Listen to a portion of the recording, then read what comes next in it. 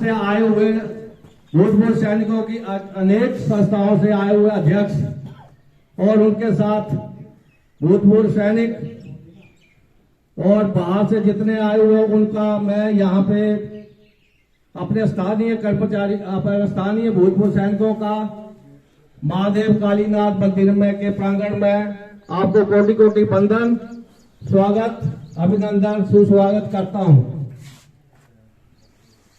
जैसा कि आपको विदित है कि आज हम यहाँ किस लिए इकट्ठे हुए हैं। आपको पता ही है कि हम जहां जब से भारत देश आजाद हुआ है हमारे को संवैधानिक अधिकार बहुत कम मिले हैं, खासकर हमारे रैंकों को। जो भी हमारा आज तक जो भी हम लोग करते आए वो ऊपर वाले ही हमें बताते थे, लीड करते थे, इसलिए उनके झंडे तले हम चलते रहे, इसलिए हमारा शोषण होता रहा। आप सेना में जब सेवा काल थे उस टाइम भी आपने जगह जगह नेतृत्व किया है, कहीं प्लाटून कमांडर की तरफ से, सेक्शन कमांडर की तरफ से या कंपनी में, हर एक जगह आप परिपक्व और बुद्धिमान बुद्धिमत्ता से आपने परिचय दिया। और जहां वो सिर्फ ऑफिसर साइनिंग अथॉरिटी है, जिम्मेवारी आप लोगों के ऊपर है। बोर्ड में मेंबर भी आप होंगे और नीचे वाले मेंबर भी आप, कोई बात हो जाएगी तो आपके ऊपर फेंक दी जाएगी बात कि बोल देंगे इन्होंने किया, गिनती तो इन्होंने की है, मैंने तो सिर्फ साइन की है। और ऑफिसर भी उनकी तरफ जाते हैं, हमारा शोषण ही होता है वहां भी। और बार बार हमारे को, क्योंकि हमारी एसीआर, हमारे जो भी कैरेक्टर है उनके हाथ में होता है, हम कुछ नहीं कर पाते उसको। खासकर एक बोर्ड और आया है आजकल सेना की तरफ से, बोला कि यूनिट के सराउंडिंग एरिया में इन्वॉल्वमेंट तो नहीं है बाहर वालों की, बोला उस बोर्ड को अफसर टच ही नहीं करता है। वो बोर्ड सिर्फ जेसीओ प्रेजाइडिंग अफसर होगा, जेसीओ मेंबर होगा और एमसीओ होगा। जिम्मेवारी आप लोगों के ऊपर है। तो आप देखते आए हो कि जिम्मेवारियां हमारी बढ़ती जाती हैं, हमारे को कुछ नहीं मिलता उसमें। तो अभी हाल ही में ही जैसे आपको पता कि पेंशनों में, स्पर्श में कईयों का शिफ्ट हो गया, डाटा शिफ्ट हो गया, कईयों का नहीं हुआ, कोरिएंडर पीपीओ भी आ गए हैं कईयों के। आप लोगों ने अपने देख भी लिए होंगे और जिनके नहीं आए उनको वेट कर रहे होंगे कि आ जाएंगे। तो अपना अपना डाटा जो है आपने कोरिएंडर पीपीओ में पक्का देखना है कि आपका घर का एड्रेस सही है, वाइफ का नाम सही है, बच्चों का नाम सही है, डेट ऑफ बर्थ सही है। क्योंकि जो आज नहीं देखोगे, आज आप सही करवा सकते हो, उसके बाद नहीं सही करवा सकते हो। टाइम हो जाता है, फिर उसके बाद आप नहीं करवा सकते, इसलिए आपको सचेत रहना है। अभी हाल ही में OROP 2 रिलीज हुआ है, आप सबको विदित है। और आपको ये मैंने कंपैरिजन वाले और टेबल भी दे दिया है। जो 666 सर्कुल है उसमें आपको पता ही है कि क्या क्या हमारे को भ्रांतियां आपको उसमें मिली हुई है। तो आप सारे विधि बातों साथ में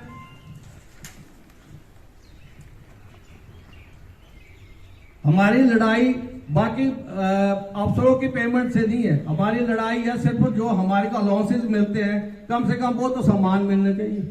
जैसे MSP की है, MSP जो है अफसर को इतनी ज्यादा है, हमारे को कुछ भी नहीं है। हमारे को सिर्फ 5200 रुपए मिल रही है। एक नर्स है जो फील्ड में रहती नहीं है, जहाँ फॉरवर्ड में रहती नहीं, उसको 10,500 रुपए है और अफसरों को 15,500 रुपए है। ये अंतर नहीं होने चाहिए। ये अंतर जो हम चाह रहे हैं, इसमें एक ही कमेटी है पूरे ऑल इंडिया में सही तरीके से काम कर रही है, डॉक्यूमेंट्री लिखित में हो रहा है उनका, और उन्होंने केस भी लगाया। केस अभी फाइनल में पहुंच चुका है, अभी जल्दी से जल्दी उसका डिसीजन भी मिलने वाला है। क्यों, जब रिस्क एक है तो सबको बराबर होना चाहिए ना, हक होने चाहिए। इसीलिए जैसे डिसेबिलिटी है, डिसेबिलिटी जो है एक जवान की डिसेबिलिटी होती है 9,000 से 18,000 रुपए तक मिलते हैं, जबकि अफसर को 2.5 लाख रुपए मिलते हैं। तो फर्क है ना इन चीजों में। तो इन चीजों की आवाज आज तक तो हम उनके साथ झंडे तले खड़े बैठे रहे। जो OROP पिछला वाला तो उसकी भ्रांतियां थी कि जो वन मैन एक कमेटी भी आई थी जस्टिस की, नरसिंह जो आए थे, तो हमें तो बोलने नहीं दिया उसमें, हमें जाने नहीं दे रहे थे। आप लोगों ने नहीं बोलना बोला, हम बोलेंगे जो बोलेंगे बोले। तो उस टाइम पटियाल साहब भी पालमपुर से आए थे, धरना प्रदर्शन, रोड जाम किया हमने, इसलिए विवाद में उठा करके नीचे ECHS का जो ग्राउंड है वहां पर हुई थी इसकी कमेटी। आप लोगों को पता होगा शायद, इनमें से बहुत सारे आदमी हो गए उसमें। तो उस समय कईयों को मौका मिला बोलने के लिए, जबकि वो लेके गया था इनानी मिलीज को, उसने दिया भी आर्मी हेडक्वार्टर में, पर इसके बारे में कुछ नहीं हुआ। कोई एक्शन नहीं हुआ। इसके लिए चुप बैठ गई सरकार। सरकार ने उस चीज को देखा ही नहीं कि क्या इनका क्या एजेंडे है, क्या है, क्योंकि उसमें सारे मिली जो थी हमारे PBOR की थी, ऑनलाइन कैपिटल रैंक के नीचे वालों की थी। ऊपर वालों को तो बल्ले बल्ले है। जब OROP के संघर्ष के लिए बैठे थे, 400 दिन बैठे रहे जंतर मंतर पे, उसके कौन थे, उसके सरबस है अफसर थे सारे। हम लोग अलग झंडा तले बैठे हुए थे अलग से, तो OR को भी इकट्ठा कर लिया उन्होंने, बेला बसला के हम भी आपकी हक के लिए लड़ेंगे, पर लड़े नहीं हो। जब ये अपने जो पैरामिलिट्री फोर्सेज है बेचारे, उनका क्या कसूर है, उन्होंने नहीं सर्विस करी हुई है, उनको भी मिलना चाहिए था OROP। तो जब इसकी बात आई तो उन्होंने रंजन सतबीर साहब ने बोला कि आपके सर्विस 58 साल है, आपको नहीं मिलना चाहिए। हमारे जो जवान है जवानी में चले जाते हैं, हमारे सरदार साहिबान 50-55 साल से पहले रिटायर्ड हो जाते हैं। जवान जो 35 साल 30 साल में रिटायर्ड हो जाते हैं, उनको जरूरत है। तो अफसरों के कहा से जरूरत आपके ऊपर छापी मारी। हाँ, सुबेदार साहब बहुत अच्छे हैं। सुबेदार साहब ने झंडा उठाया और वो आगे गिरा हुआ। कई मेरे जो है बड़ों साइड से ये लोग करते हैं। मैं आप लोगों से हाथ जोड़कर विनती करता हूं कि कभी भी आगे आने वाले समय में फौजी को कोई हाथ जोड़ने की जरूरत नहीं इनके साथ। ये मजाक है, ये हमारा मजाक बनाते हैं। जब इलेक्शन हो जाती है तो कोई साहब नहीं, कोई कुछ नहीं। मैं एक दिन आपको बताऊं, जो असली बात है, 70-75 साल के हमारे सुल्तान साहब थे, वटवास के हैं वो, और बाली जी उस टाइम पर जिंदे थे। आज वो स्वर्ग में कैसे भी हैं, लेकिन उनकी बात हम नहीं करते। लेकिन जरूर बताएंगे क्या हुआ। वो मेरे पास आए तो महासाला ऐसे बाली साहब इसी भवन में आ रहे हैं और आप जो है चलना है, ऐसे मेरा काम है वो करवा दू। मैंने बोला बात सुन, तेरे को तनख्वाह देती नहीं सरकार, मैं तू कर सकता है ना, तेरे को हाथ जोड़ने की जरूरत नहीं है। उसके बाद जाकर लिख से मैं दो उसको, लिख नहीं जवाब देगा नहीं से। उसने मेरी नहीं मानी, गया वो इसी भवन में बैठा हुआ था। आगे बाली जी महाराज, ओए तू जितू नहीं जा मैं जाता, तू आई रहा ना बहनदा नहीं उठे बेचारा, पैर बंदे उससे। ओ बूढ़ा है। और बाली की उम्र कितनी थी? 60 साल की थी। उसने को बेइज्जती कर दी उस सुबेदार साहब की। मेरे पास आपसे मैंने बोला तेरे को क्या बोला था, तू मत जाना। मेरे साथ जितनी चीजें बाली से हुई हैं वो मैं जानता हूं। जिस बंदे ने शमशान घाट के जो कोयले हैं वो भी ले लिए, चेंज कर लिए। मैंने DC साहब से 1 लाख रुपया मंजूर कराया शमशान घाट के लिए, और वो शमशान घाट का पैसा उसने उठाकर दूसरे प्रधान के इलाके में लगा। जब मेरे को पता लगा, मैंने एप्लीकेशन लिखी और मैं सीधा बाली जी की बात लग गया। वहां पर पर्सनल रिपोर्टिंग और से बड़े में नौकरी की हुई है, मैं वंश में डिप्टी कमांडर रिटायर रहा हूं वो, और मैं धर्मशाला में था। उसने बोला साहब आप कहाँ? मैंने बोला ऐसे बोला आओ हम करते हैं सेक्शन। DC साहब आया, उसने असाइनमेंट करा कर दी है। DC साहब ने बोला साहब आपको जरूरत है, आप एक्सेसमैन है, हम आपकी 100% मदद करेगा, जब भी आओ हम आपको जेन्युइन पैसा जो वो देंगे। तो ये जो लीडरों की बात है, हम इनके पीछे क्यों हुए हैं